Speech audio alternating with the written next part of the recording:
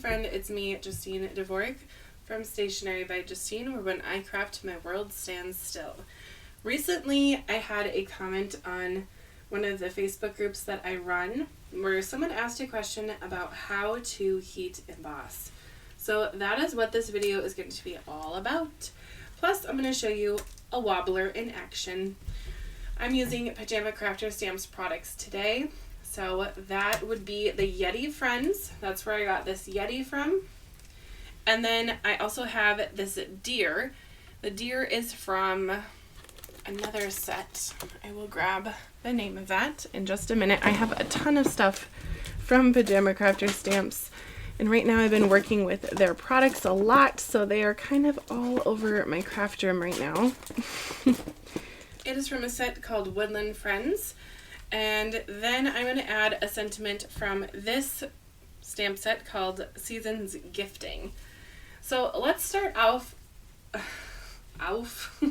let's start off with stamping with clear embossing ink and white embossing powder. This is my go-to for sentiments. It looks really cool with a colored cardstock with a white sentiment. It just pops. So I'm going to choose the one that says Yeti or not, it's your birthday.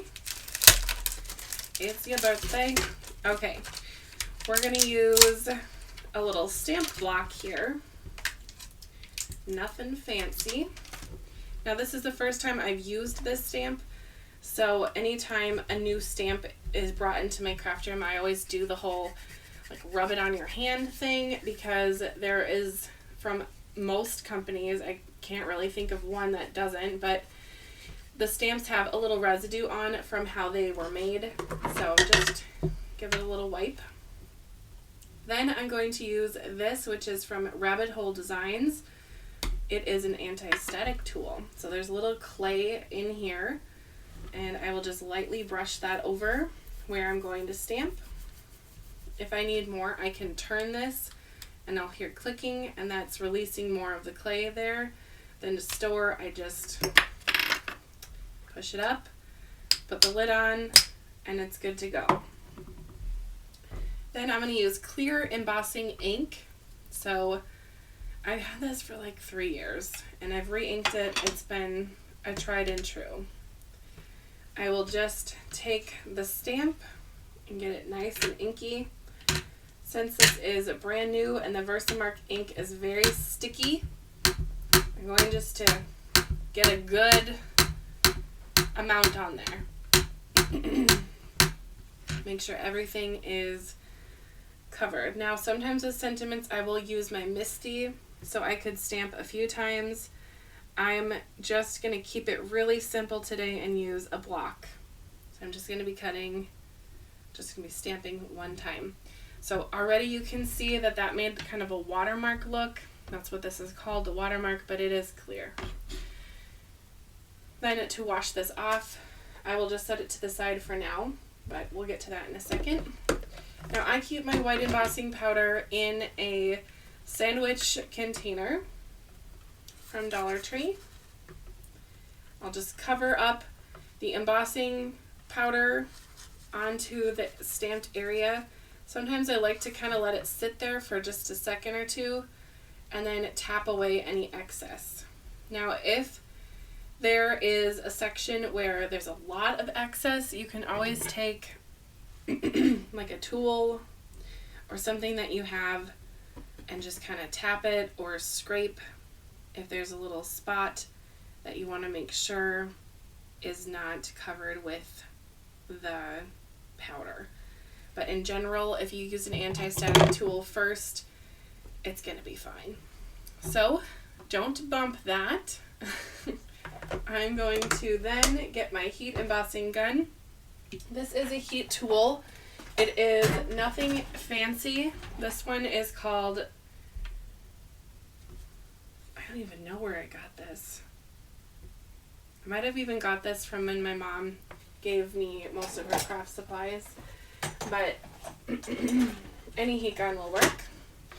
Mine has a very hot and a medium, or it has a low and a high, we'll just say that. I usually use the high, but I let it get hot first. I'm going to let this get nice and hot. If you want, you can use a little kickstand. I'm not really fussy about it, but that can help if you're setting it down on a surface. But this is a hot tool, so be careful. This is going to be hot after I heat it, so don't touch it right away. Let it dry. This is basically melting the plastic little beads that are in the heat embossing powder. So I'm going to turn it on high and let it warm up, and then we will heat emboss. Ready?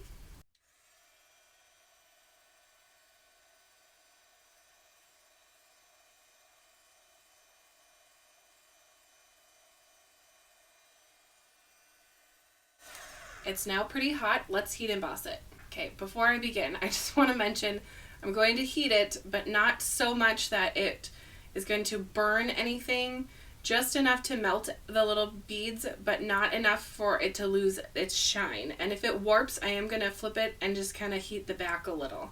But this is basically the motion I'm going to do without the heat. Get it nice and hot, melted. If it's warped, I might do a little zhuzh on the back, but that's it. So let's do it with the heat now.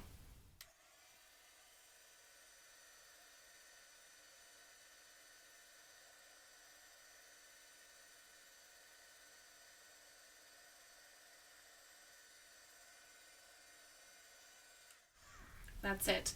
You can tell right away when it's melted because it definitely becomes more of a shiny plastic look. You can see it reflecting on the light. But my paper didn't really warp too much. You can see there is a flat look at it. Again, this is a scrap, so it's going to be cut and it will go on my card and it will look great, but right now it's looking a little shabby chic. So after a couple seconds, it is cool to the touch and you can see what it feels. It definitely gives like a bumpy texture, but again, be careful. This is hot. Cools down after a bit. Okay, now I'm going to trim that down and finish up this card, but I want to show you how to use black embossing ink with clear embossing powder, because that is how I like to do sentiments when I want the sentiment, so the words, to be black. This is how I like to do it when I have it white. So when I'm using a sentiment set that is black, I like to use black ink, again from VersaFine.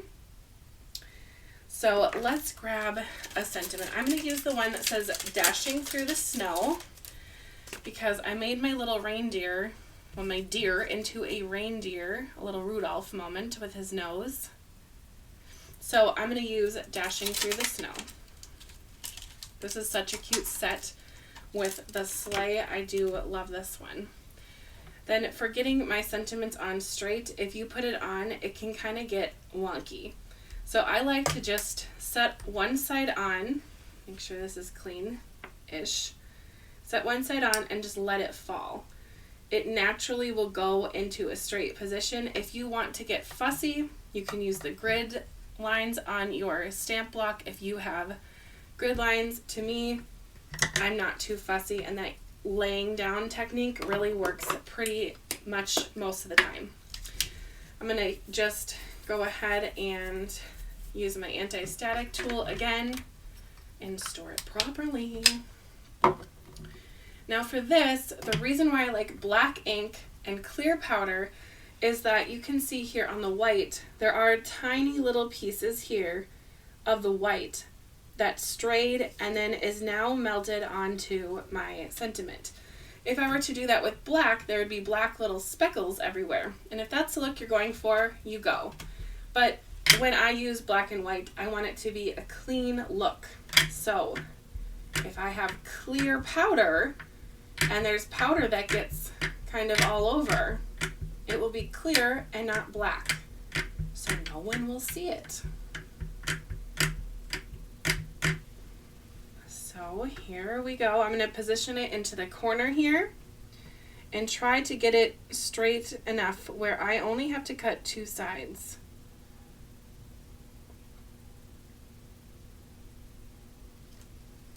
Like that. Oh, that font is so fun, isn't it? Okay, well, hey, hold on. Is that the same font as this one? Am I just crazy? I think it's the same font. That must be like subconscious that I did it. Okay, now this is the clear powder. It looks a lot like the white, so if you're going to dump your powder out, be sure to label them. And I'll just dunk it in. You can even use a little spoon. I do keep a little spoon in my craft room, but for right now it looks like I don't really need it. Get it in there, let it set, and tap off the excess. I think I just said access, the excess. Okay, and I'm going to heat emboss this the same way I did the other sentiment. You're really going to see the shine on this one come through, because right now with the clear powder, it's making it look very muted. But watch this. Make sure it's nice and hot. Here we go.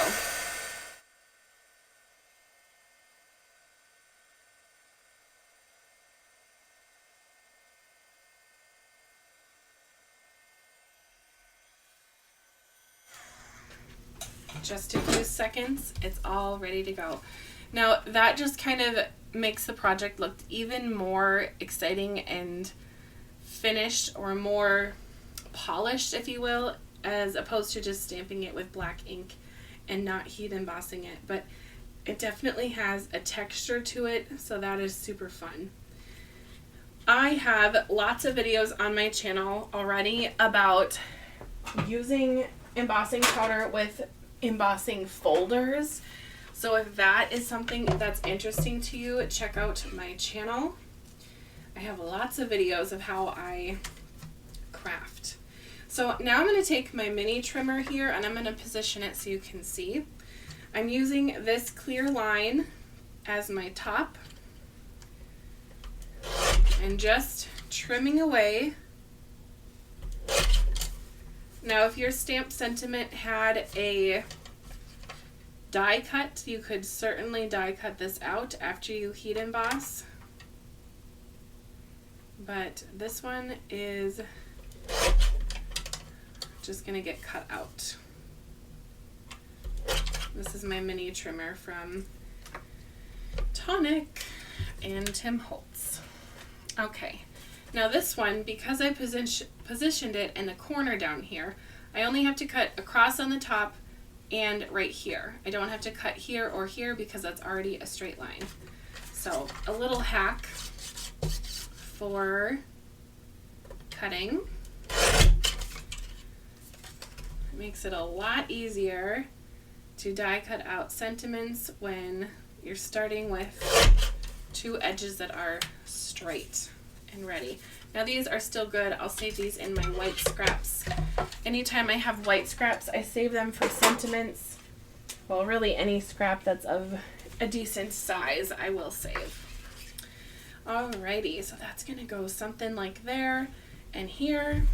Now let's get to the wobbler. I know that the main part of this video is the heat embossing technique, but I do love these wobblers, so we're gonna talk about how I use them. So on the wobbler, the ones that I use, they have a thin piece on the back, a thick piece on the top, and I like the thick part to go onto this thing that's going to be wobbling. On this card, it's going to be my Yeti. So I'm going to take the release tape off of the thick part, and I'm going to put it on my Yeti as straight as I want, right about there. Then on the back here, there are these two little pieces that just peel right off. And this is going to go onto my project. And I'm going to put this on, put my Yeti on straight, so when he wobbles, he will be kind of wiggly.